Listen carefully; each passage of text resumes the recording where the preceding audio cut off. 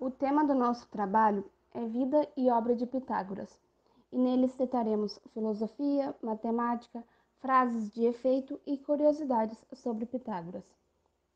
Nosso grupo é formado por 5 alunos: Ingrid, Bianca, Emily, João Vitor Proença e Luiz Fernando Proença. Segundo Etim de Desenvolvimento de Sistemas, Mia Couto. Matemática, professora Giane. Quem foi Pitágoras? Pitágoras foi um filósofo e matemático grego jônico, creditado como fundador do movimento chamado pitagorismo. Ele nasceu na ilha de Samos e viajou pelo Egito e pela Grécia. Em 520 a.C., voltou a Samos.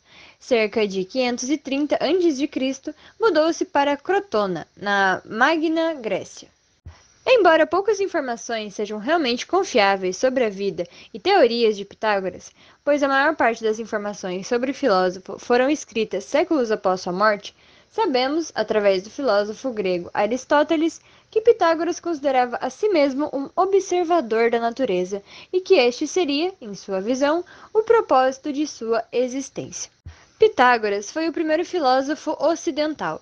Em vida, fundou uma seita, a seita pitagórica, que deu origem à escola pitagórica da filosofia pré-socrática. Sua seita, que misturava matemática, filosofia, astronomia e música em uma doutrina religiosa, buscava a purificação da alma por meio do conhecimento e do pensamento. Pitágoras foi um exímio geometra, deixando como principal contribuição para a matemática a descoberta da relação da igualdade entre o quadrado da hipotenusa e a soma dos quadrados dos catetos, no interior de um triângulo retângulo, que ficou conhecido como Teorema de Pitágoras. E como já foi dito, podemos dizer que o quadrado da hipotenusa é igual à soma dos quadrados das medidas dos catetos. Os demais lados dos triângulos são chamados de catetos e serão representados pelas letras B e C. Lembrando que um triângulo retângulo qualquer também pode ser chamado de triângulo pitagórico, caso a medida de seus lados satisfaça o teorema de Pitágoras.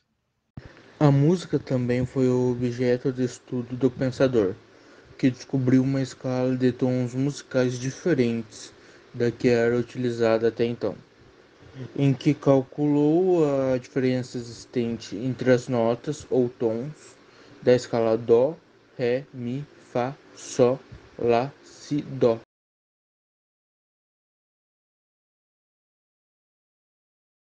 A escola pitagórica, enquanto seita, era muito fechada. Conta-se que um de seus integrantes, Hipaso de Metaponto, teria sido excomungado ou até assassinado pelos pitagóricos por ter descoberto algo que contrariava todo o conhecimento cosmológico e matemático pitagórico, os números irracionais.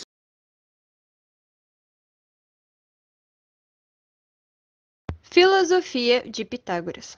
O contexto da filosofia pré-socrática é o de tentativa de descoberta daquilo que compõe e origina o universo, que na Grécia Antiga era chamado de cosmologia, desde os jônicos passando pelos pitagóricos e chegando nos eleatas e pluralistas. O que se queria na época era apontar qual a origem provável de todo o universo, já que as cosmogonias mitológicas não eram suficientes para explicar a origem. Para Pitágoras, o universo é um todo organizado e numericamente compreendido. Os números estão na origem de tudo, desde a configuração espacial das coisas até a sua composição. Os números naturais são toda a origem e, logicamente, existentes e infinitos. Frases de Pitágoras. Purifica o teu coração antes que permitires que o amor entre nele, pois até o mel mais doce azeda no recipiente sujo. Ajuda o teu semelhante a levantar a carga, mas não a levá-la. O homem é mortal por seus temores e imortal por seus desejos. Agora vamos falar algumas curiosidades sobre Pitágoras. Pitágoras não comia feijão. Sabe por quê? Porque o feijão é parecido com um feto e ele tinha medo que o bebê germinasse seu estômago. Pitágoras descobriu que a altura de um som tem relação com o comprimento da corda que, ao vibrar, o produz. Exemplo: se dobrarmos o tamanho de uma corda que produz a nota Dó, obteremos a mesma nota, mais grave. Ele identificou ainda as subdivisões necessárias para se obter as demais notas. A ele é atribuída a descoberta dos intervalos musicais. Ele também pensava que a Terra era uma esfera no centro do universo. Para ele, o Sol, a Lua e os outros planetas apresentavam órbitas próprias. Isso lhe permitia concluir que esses astros não se situavam à mesma distância que as estrelas, mas que todos eles estavam situados numa camada esférica mais próxima. Também é conhecido como o pai do vegetarianismo. Dizem que até o final do século XIX, quem se alimentava de uma dieta sem carne era chamado de pitagórico.